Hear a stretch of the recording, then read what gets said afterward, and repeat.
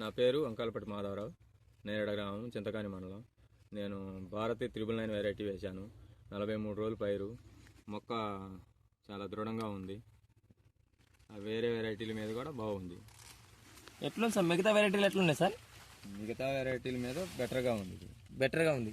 ఇప్పుడు మన చేలో కూడా చాలా సగానికి వచ్చినాం మనం. చేను సరిసగంలో చూసినా కూడా మొక్క దృఢంగానే ఉంది. చాలా దృఢంగా ఉంది. ఏ కర్ర చూసుకున్నా సరే రెండు గడ్డ కాడ కూడా సేమ్ దృఢంగానే ఉన్నాయి. కర్రలు గ్రౌండ్ కింద పెట్టాలి.